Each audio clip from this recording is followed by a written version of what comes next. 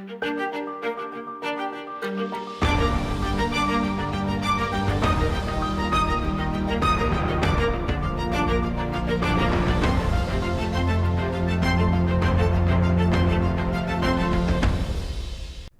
to Search for Signs. My name is Gary Willing. If this information interests you, please press the like and subscribe button and press the bell for notifications. In this video, I want to talk about the master who was once the Apostle Peter. Now, if you were a biblical figure in the Old or the New Testament, you have a really good chance of already being a master. You know, most of, or if not all of the biblical figures are now masters.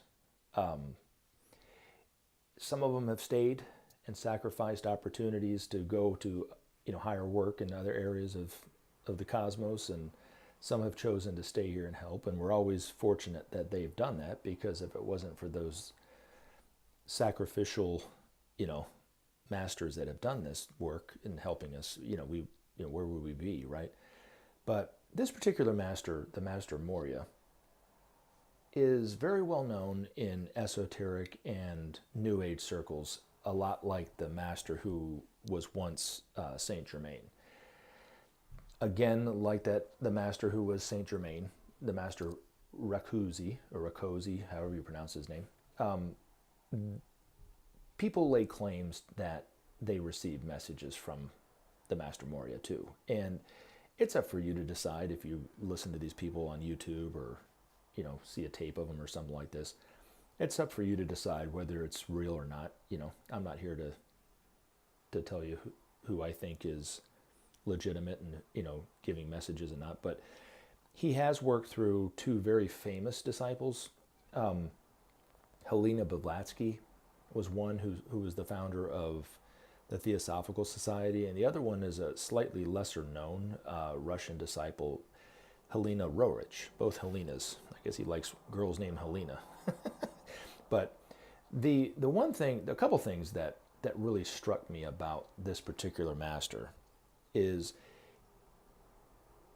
in the book Leaves of Morya's Garden, he's calling to humanity to serve, and the need for us to serve humanity on some level, wherever we're at. But the other thing is, I remember reading that really stuck with me when I was much, much younger, was he said it's far better for somebody to live and learn the mistake than to be told beforehand.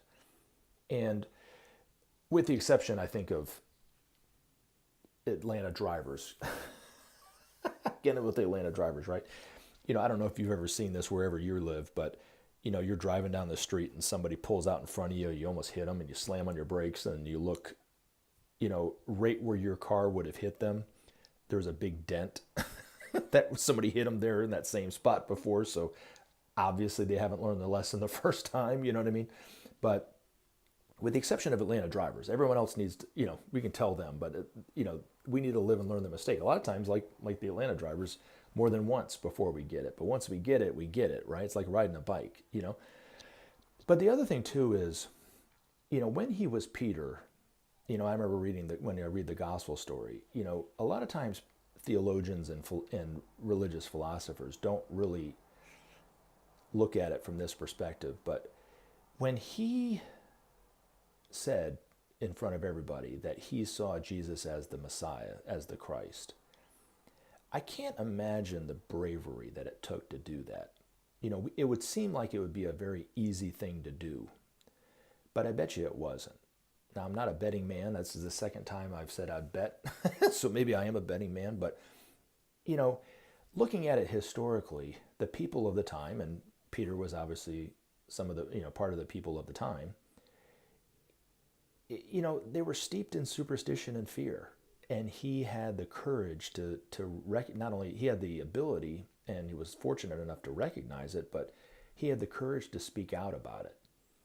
And it's something that, when I read it, I don't take that lightly, And also, when he was Peter, he was so devoted to Jesus, and everyone looked up to him for his strength. I'm sure this master is very much like that, where people will rely on his strength, like they did, like the disciples relied on his strength when he was Peter, but the whole world will rely on his strength now.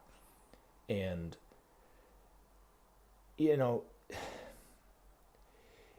when he was Peter, it really showed, here was a man who had just an immense love of humanity. And I'm sure, and I'm a betting man, and this would be a surefire bet, that now that he's a master, that his love for humanity is even greater than it was when he was Peter during the time of Jesus' time. And as always, take action.